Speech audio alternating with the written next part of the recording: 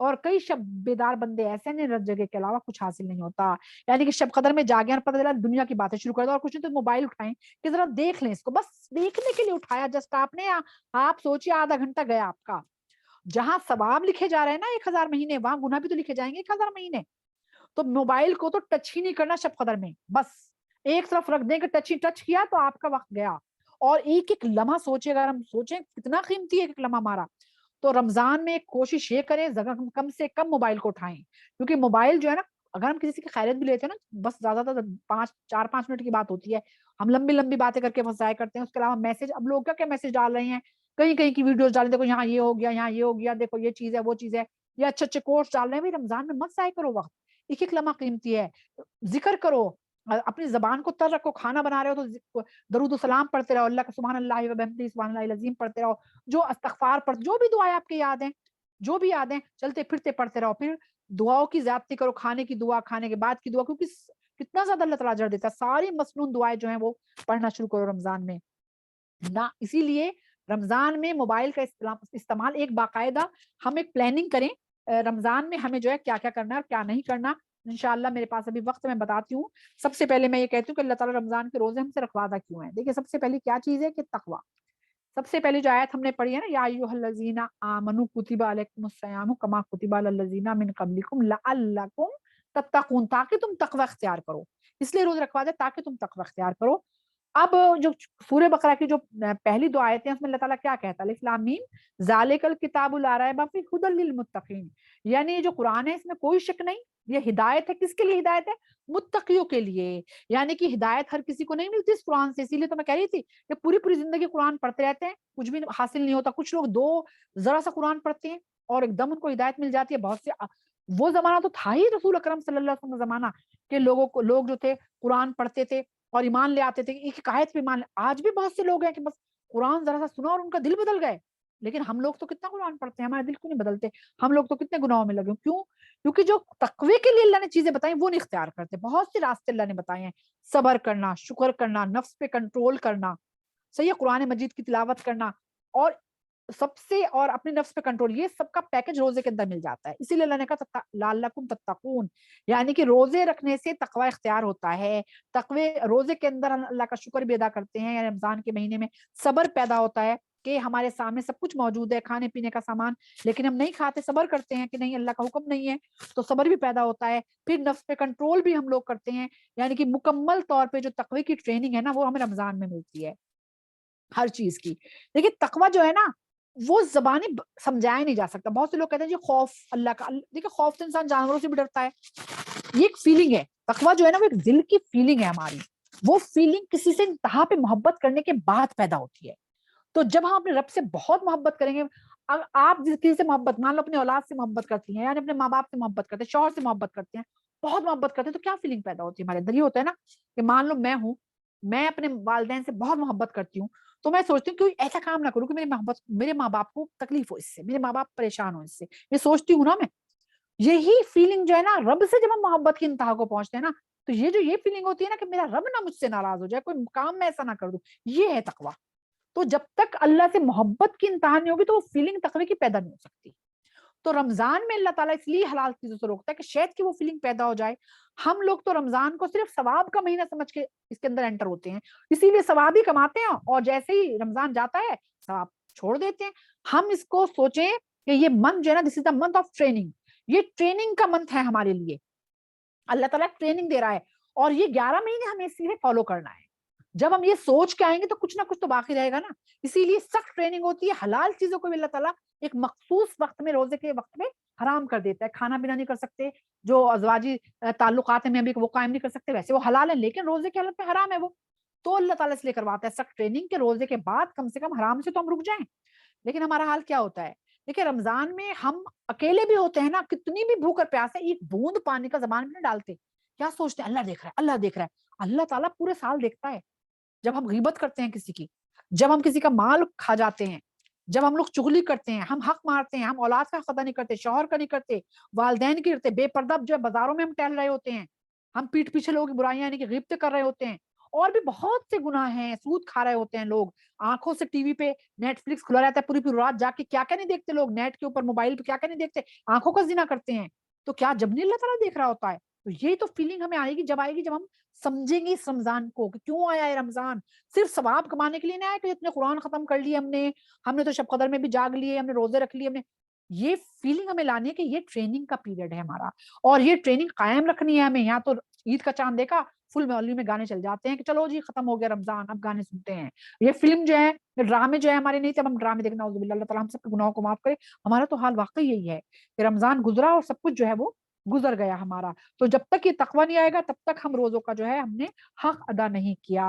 اور جب یہ فیلنگ ہمارے اندر پیدا ہو جائے گی کہ ہمارا رب ہم سے ناراض نہ ہو جائے, ہمارا رب ہم سے ناراض نہ ہو جائے, یہ کوئی بھی کام کرتے ہو ہم یہ سوچیں گے میرا رب تو مجھے دیکھ رہا ہے نا, وہ خفا نہ ہو جائے مجھ سے, تو بس یہ فیلنگ پیدا ہو گئی تو روزوں کا ہم نے حق ادا کیا ہے. اس کے بعد جو ہے, کیونکہ ہمارے پاس ابھی 10 منٹ ہیں, پلاننگ ہمیں کیسے کرنی ہے. دیکھیے رمضان کی ابھی سے ہم پلاننگ کریں گے تبھی ہم اس کے اوپر کام کر پائیں گے. دیکھیے کہ ہم تو کیا کرتے ہیں, بنا بالکل کسی تیاری کے رمضان میں جیسے کود جاتے ہیں. اگر کسی یہ ایسا حال ہوتا ہے کہ کسی بچے کو اگر جو کسی کو تیرنا نہیں آتا, پانی میں ڈال دو, ہاتھ پیر تو چلا ہی لیتا ہے, وہی ہمارا حال ہوتا ہے کہ بھوکے تو ہم رہ ہی لیتے ہیں, اور زبان پہ کنٹرول کریں نہ کریں, آنکھوں پہ کنٹرول کریں نہ کریں, سب کچھ دیکھتے ہیں, کان سب کچھ سنتے ہیں, زبان سب سے بڑا گناہ تو زبان کا ہوتا ہے, زبان تو رکتی نہیں ہے, لوگوں کا دل دکھاتی ہے, غیبت کرتے ہیں ہم لوگ, کیا کیا نہیں کرتے ہیں زبان سے. تو اگر ہم پورے ارادے کے ساتھ جائیں گے نا کہ ہمیں, تو پہلے سے ایک ارادہ کریں کہ ہم اس میں اتر رہے ہیں, ہمیں ہر چیز پہ کنٹرول کرنا ہے, ٹھیک ہے, پورے ارادے. اور یہ ٹریننگ کا پیریڈ ہے ہمارا, ہمیں باقی بعد میں اس میں عمل کرنا ہے. تو ہمیں اب شروع سے وارم اپ ہوں گے. وارم اپ کیسے ہوں گے؟ ہم ابھی سے ہم شروع کر دیں, قرآن مجید پڑھنا, ذکر کرنا, تہجد پڑھنا شروع کر دیں, اور باقاعدہ یہ پلاننگ کریں کہ ہمیں اللہ تعالیٰ نے جو 24 گھنٹے دیے نا, اسے بانٹ لیں بھی 3 حصوں میں. ایک حصہ آرام کا کر لیں, ایک حصہ عبادت کا کر لیں, اور ایک حصہ گھر کے کاموں کا. اب ایک ہیلدی انسان جو ہے نا, وہ 6 سے 7 گھنٹے اس کے لیے بہت ہوتے ہیں سونے کے لیے, 7 گھنٹے آپ مان لیں. اس کے بعد اگر گھر کا کام کتنا بھی ہو, کتنا بھی کر لیں آپ, بچے بھی ہوں, سب کچھ, بھی 7 گھنٹے سے زیادہ لگ ہی نہیں سکتے. 7 گھنٹے بہت ہیں کچن کا کام اور گھر کام کرنے کے لیے, 7 سے بھی بلکہ بہت کم ہے. میں مطلب ایکسٹریم پہ 7 گھنٹے بتا رہی ہوں, گھر کے کام 7 گھنٹے نہیں لگتے. اب اس کے بعد کتنا ٹائم بچا ہمارے پاس, 14 آور تو یہ گزر گیا, 10 آور. اب 10 آور کیا ہم عبادت کرتے ہیں, آپ سوچئے, یعنی 10 آور ہمارے پاس ہیں, آورس کی عبادت ہم کر سکتے ہیں اس میں, لیکن ہم مشکل سے 3 یا 4 گھنٹے عبادت کرتے ہیں. اور گھنٹے ہم کیا کرتے ہیں, ادھر کو ہاتھ رکھ کے کھڑے ہو گئے, ادھر دیکھ لیا, ادھر جھانک لیا, تھوڑا سا لیٹ گئے, تھوڑا سا بیٹھ گئے, ادھر کو جھانک لیا, موبائل دیکھا تو موبائل میں دیکھ لیا آدھے گھنٹے, اس میں ٹائم ضائع کرتے ہیں ہم. سوچئے ایک ایک لمحہ جا رہا ہے, پانی کی طرح بہ رہا ہے, اور ہم اسے ضائع کر رہے ہیں. تو ایسے پلاننگ کریں, ٹائم ٹیبل بنائیں باقاعدہ کہ اس ٹائم سے اس ٹائم تک ہمیں آرام کرنا ہے, اس ٹائم سے اس ٹائم تک ہمیں دوپہر میں آرام کرنا ہے, یہ ہمارے کھانا بنانے کا ٹائم ہے, یہ گھر میں برتن دھونے, کپڑے دھونے, صفائی, اگر کوئی کسی گھر میڈ نہیں ہے تو یہ کام کرنے کا ہے, بچوں کا ہے. اور برف زون بھی ڈالیں, یعنی کہ کوئی آ گیا, کسی کا ضروری فون آ گیا, یا کچھ اور دکھ تکلیف ہو گئی, تو اس کے لیے بھی بیچ بیچ میں آپ آدھا گھنٹہ رکھیں, پھر بھی بہت ٹائم ہے ہمارے پاس. اور پھر یہ ٹائم ڈالیں کہ رات میں تہجد میں ہم 2 گھنٹے کم سے کم, 1 گھنٹہ یا 2 گھنٹے ہم لوگ بیٹھیں گے, قرآن بھی پڑھیں گے, نفلیں بھی پڑھیں گے, اور ذکر اور اذکار بھی کریں گے. اس کے بعد دن میں جو بھی آپ کے جس وقت آپ کو سہولت لگتی ہو, کہ اس نماز کے بعد 1 گھنٹہ, اس کے بعد, اور پھر نمازوں کا وقت اگر آج ہم 5 منٹ میں نماز پڑھ لیتے ہیں, اس وقت بڑھا دیں, یعنی کہ لمبی صورتیں پڑھیں جتنی بھی یاد ہے, ٹھیک ہے. پھر اس کے بعد اگر سبحان ربی العظیم 3 بار کہتے ہیں, تو اس میں زیادہ بار کہیں, 7 بار یا 13 بار یا 11 بار, یعنی کہ لمبی نماز پڑھیں. اللہ کو پسند ہے. رسول اکرم صلی اللہ علیہ وسلم جو نفلیں پڑھتے تھے نا, اس میں تراویح لمبے لمبے رکوع اور سجود کرتے تھے, تو ہم بھی لمبے لمبے رکوع کریں, لمبے سجود کریں, جتنے لمبے کر سکتے ہیں, جتنا زیادہ پڑھ سکتے ہیں, اس میں جتنی بار پڑھ سکتے ہیں. تو نماز کا وقت جو ہے وہ بڑھا دیں ہم لوگ. تو یہ چیز ہمیں ابھی سے جو ہے جس چیز میں کہتے ہیں جتنا میٹھا ڈالو گے اتنا ہی, جتنا گڑ ڈالو گے اتنا ہی میٹھا ہوگا.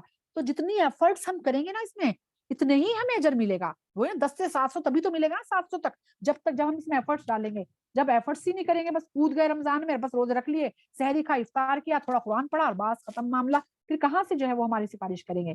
رسول اکرم صلی اللہ علیہ وسلم کے صحابہ کرام رسول اللہ صلی اللہ علیہ وسلم 6 مہینے تک رمضان کی تیاری کیا کرتے تھے, دعائیں کرنا شروع کر دیتے تھے کہ اللہ تعالیٰ رمضان کا حق ادا کرنے والا بنا دینا, یا اللہ رمضان کا حق ادا کرنے والا بنا دینا. اور رمضان کے گزرنے کے بعد 5 مہینے اپنا احتساب کرتے تھے, کیا رمضان میں کوئی غلطی تو نہیں ہو گئی, کیا صحیح سے ادا ہو گیا.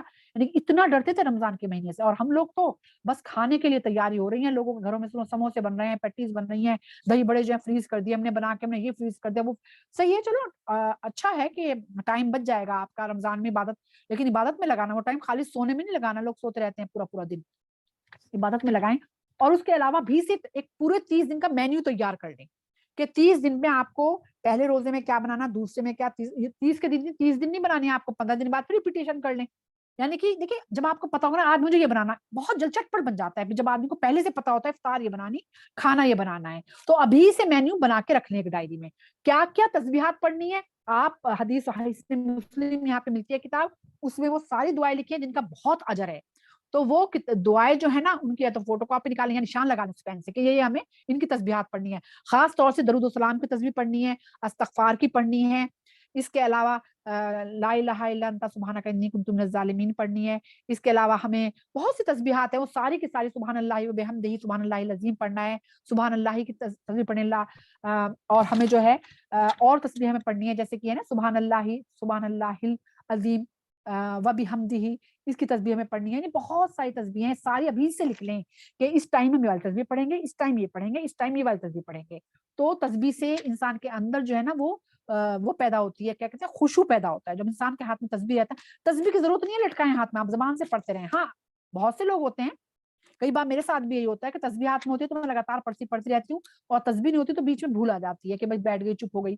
تو یہ چیز بھی ہو سکتی ہے. لیکن اگر تسبیح کے بغیر پڑھ سکتے, کھانا بنا رہے ہیں سبحان اللہ کہتے ہیں, سبحان اللہ الحمدللہ, تو یعنی کہ ہر وقت اپنی زبان جو ہے وہ تر رکھیں اپنے اس سے. اور جیسے میں نے بتایا ابھی سے ٹائم ٹیبل بنا لیں اپنا, 3 حصوں میں بانٹ لیں دن کو, اور 3 حصے میں. اور ابھی اگر میں آپ سے پوچھوں کہ آپ رمضان میں 3 بجے کیا کریں گے, اب آپ نے پتہ نہیں کیا کریں گے, بنائیں ٹائم ٹیبل ابھی سے تیار ہو, ہمیں پتا ہو 4 بجے میں کیا کرنا ہے رمضان میں, 3 بجے کیا کرنا ہے, رات میں کب سونا ہے, کب اٹھنا ہے, کتنی نفلیں میں اس وقت پڑھنی ہے, کون سی تسبیحات ہمیں ابھی رمضان سے پہلے پریپر کرنا ہے. پورا پریپریشن جو ہے نا ہمیں ابھی سے جو ہے شروع کر دینا ہے ہمیں انشاءاللہ. جب ہم اس کے ساتھ رمضان میں جائیں گے تو صحیح ڈھنگ سے جو ہے ہم لوگ عبادت بھی کر پائیں گے. اور پھر اللہ تعالیٰ کی ہمیں شکر گزار ہونا چاہیے. میں آخر میں بہت شکر کرنا چاہیے, کیونکہ شکر گزاری سے اندر ہمارے دماغ کے اندر نا ایک کیمیکل بنتا ہے, اس کیمیکل سے دماغ کے اندر سکون پیدا ہوتا ہے جب ہمارے اندر شکر گزاری ہوتی ہے.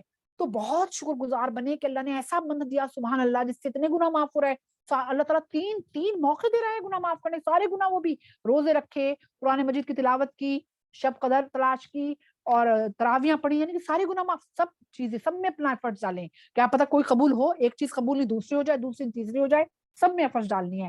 اور یہی کہا گیا جب انسان کے دل کے اندر انسان شکر ادا کرنے والا بنتا ہے نا, تو اس کے دل کے اندر سکون ہوتا ہے, دماغ کے اندر ایک کیمیکل بنتا ہے اس سے, تو سکون ہوتا ہے. اور جب سکون ہوتا ہے انسان خوش رہتا ہے, چیئرفل رہتا ہے.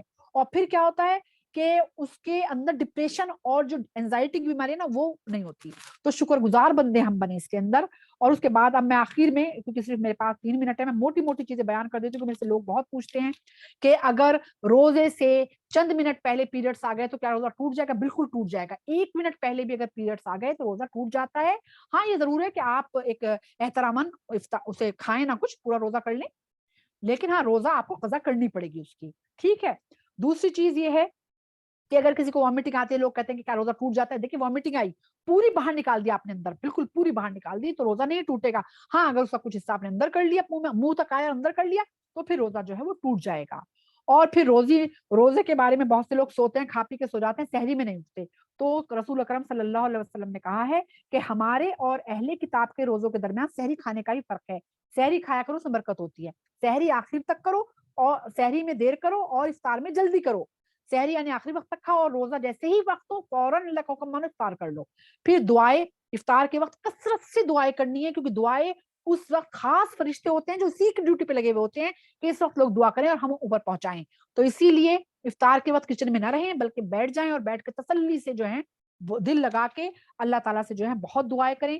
پھر اس کے بعد اگر کوئی انجانے میں کسی نے کچھ کھا لیا پی لیا تو اللہ تعالیٰ معاف فرماتا ہے. لیکن اگر کسی نے جان بوجھ کے روزہ توڑا, یا پھر روزے کی حالت میں میاں بیوی کے تعلق قائم کیے, تو پھر اس کی جو کفارہ ہے وہ 2 مہینے لگاتار روزے رکھنے ہیں.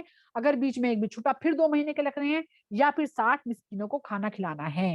اور پھر بھی ظاہر سی بات ہے کہ جو روزہ ایک بھی کسی نے جان بوجھ کے چھوڑ دیا تو پوری زندگی بھی روزہ رکھے گا تو اس کا وہ حق ادا نہیں ہوگا. ہاں گناہ سے وہ بچ جائے گا اگر کفارہ ادا کرے گا.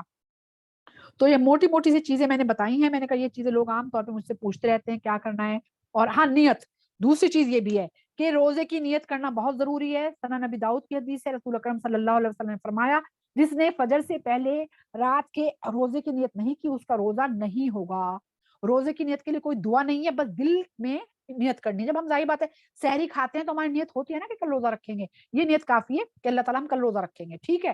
تو ہاں افطار کی جو ہے وہ دعا ہے, تو ہمیں چاہیے کہ وہ دعا یا تو وقت ہے ہمارے پاس الحمدللہ 1 لائن کی دعا ہے وہ دعا یاد کر لیں, یا پھر جہاں ہم افطار کرتے ہیں وہ دعا جو ہے لکھ کے لگا دیں, جس میں جو صحیح احادیث سے, ویسے ہمارے ملک میں ایک دوسری دعا بھی پڑھی جاتی ہے لیکن جو صحیح احادیث سے دعا ہے ذهب الظمآ وابتلت العروق وثبت الاجر, انشاءاللہ یہ دعا لکھ کے لگا لیں اور جب روزہ افطار کریں تو یہ دعا جو ہے ہم پڑھیں. بس اب میں آخر یہیں پہ کرتی ہوں کہ ہمارا ٹائم جو ہے وہ ختم ہو گیا ہے. میں ایک چیز اور بیان کر دوں پہلے کہ قیمتی دن قیمتی راتیں جو ہیں ہماری آنے والی ہیں, تو اب بہت جو ہے اس میں ہمیں لگنا ہے, ٹائم ٹیبل بنا لیں اپنا, اور ہمیں یہ سوچنا ہے کہ ہمارا آخر رمضان ہے, اگر ملے یا نہ ملے جتنے چاہے گناہ معاف کروا لیں اس میں, کہ جب اللہ کے پاس جائیں تو اس حال میں جائیں کہ ہم ہمارے گناہ سارے معاف ہو چکے ہوں. بس یہی دعا ہے کہ اللہ تعالیٰ ہمیں جو مہینہ آنے والا ہے یا رب العالمین یا رحمان الرحیم یا کریم, ہمیں اللہ تعالیٰ روزوں پہ ہمیں اللہ تعالیٰ جو ہے روزوں کا حق ادا کرنے والا بنائے. اللہ تعالیٰ ہمیں صرف بھوک اور پیاس ہم کرنے والے نہ بنے بلکہ ہر چیز پہ عمل کریں جو تو نے کہا ہے, کہ ہم اپنی آنکھوں پہ کنٹرول کریں, ہم آنکھوں پہ ضبط رکھیں, اللہ تعالیٰ اپنی نفس پہ کنٹرول رکھیں, کانوں پہ رکھیں, اور اللہ تعالیٰ ہم اس میں سخاوت کا کام کرنے والے بنے, ہمارا دل بڑا کر کے ہم لوگوں کو افطار کرائیں. یا رب الرحمن الرحیم ہمارے گناہوں کو معاف کر, یا اللہ یا رحمان الرحیم تیرے پاس پہنچ گئے ہیں ہمارے سب کے رشتہ دار جو ہماری بہنیں ہیں اور جو بھی یا اللہ مومن مومنات ہیں جو تیرے پاس پہنچ گئے ہیں, یا اللہ انہیں جنت الفردوس میں جگہ دینا, یا اللہ ہم سب کو بھی جنت الفردوس میں جگہ دینا, جہنم کے عذاب سے بچانا, یا رحمان الرحیم یا کریم ہمارے بچوں کو دین پہ عمل کرنے والا بنانا, یا اللہ ہم یا رحمان الرحیم ہمارے غلطی سے بھی شرک ہو گیا ہو, بدعت ہو گئی تو ہمیں معاف فرما دینا. یا اللہ آج ہم گواہی دیتے ہیں اشہد لا الہ الا اللہ واشہد ان محمدا عبدہ ورسولہ, یا اللہ ہم کسی کو شریک نہیں کرتے, تجھ سے ہی مانگتے ہیں, تجھ سے ہی امیدیں لگاتے ہیں. یا اللہ کبھی بھی غلطی سے کچھ ہو گیا تو ہمیں معاف فرما دینا یا رحمان الرحیم یا کریم. یا اللہ جو بھی بیمار ہیں اللہ انہیں شفائے کاملہ اور عاجلہ عطا فرمانا. یا اللہ ہمارے گھروں کو دین کا گہوارہ بنا دے. یا اللہ یا رحمان الرحیم یا اللہ رمضان میں ہمیں شب قدر نصیب ہو, یا اللہ شب قدر نصیب ہو, یا اللہ تو نے سارے گناہوں کو معاف کرنے کا وعدہ کیا, اللہ ہم سب کے بھی سارے گناہوں کو معاف فرما دینا رمضان میں, آمین یا رب العالمین. دعا تو بہت لمبی کرنے کو دل چاہتا ہے لیکن وقت ہمارے پاس کم ہے, اس لیے میں نے بہت چھوٹی سی دعا کرائی ہے. بس میں ایک اعلان کر دوں, رمضان میں جو ہے ہماری کلاسیں نہیں ہوں گی, وہ اس وجہ سے کیونکہ ہمارے پاس 5 کنٹریز کے لوگ ہیں جو اس کلاس میں ہوتے ہیں, India, Pakistan, Saudi Arab, you کے, کینیڈا اور ساؤتھ افریقہ. یہاں سے ہماری بہنیں شامل ہو رہی ہیں. سب کے ٹائمنگ جو ہے وہ میچ نہیں کر پا رہے, کسی کا افطار ہے تو کسی کا سحری ہے تو کسی کا تراویح ہے تو کسی کا ظہر ہے, تو بڑا مشکل ہو رہا ہے ٹائم سیٹ کرنا. تو اسی لیے ہم نے سوچا ہے کہ رمضان میں کلاس نہیں ہم کریں گے انشاءاللہ, اور رمضان کے فوراً بعد شروع کریں گے. جو گروپ ہے ہمارا ہم اس پہ جو ہے وہ تاریخ ڈال دیں گے, جو نیکسٹ کلاس ہماری ہوگی. آدھا قرآن الحمدللہ ہم کر چکے ہیں انشاءاللہ. نیکسٹ جو ہے وہ سورہ کہف کے بعد سورہ مریم شاید ہے, تو اسے ہم شروع کریں گے اور وہ ہم اعلان کر دیں گے گروپ پر, ٹھیک ہے. تو چلیے سب لوگ ایک دوسرے کو دعاؤں میں بہت یاد رکھیں, بہت زیادہ, پتہ نہیں اللہ تعالیٰ کس کی دعائیں سن لے. اب میں یہاں پہ جو ہے وہ ختم کرتی ہوں کلاس. سبحان ربک رب العزت عما یصفون وسلام علی المرسلین والحمد للہ رب العالمین. ربنا تقبل منا انک انت السمیع العلیم وتب علینا انک انت التواب الرحیم. سبحانک اللہم وبحمدک نشہد ان لا الہ الا انت نستغفرک ونتوب الیک. السلام علیکم ورحمۃ اللہ وبرکاتہ. آپ سب کو رمضان مبارک ہو اور اللہ تعالیٰ ہم ایسے رمضان گزاریں کہ ہمارے لیے مبارک ہو. آمین رب العالمین.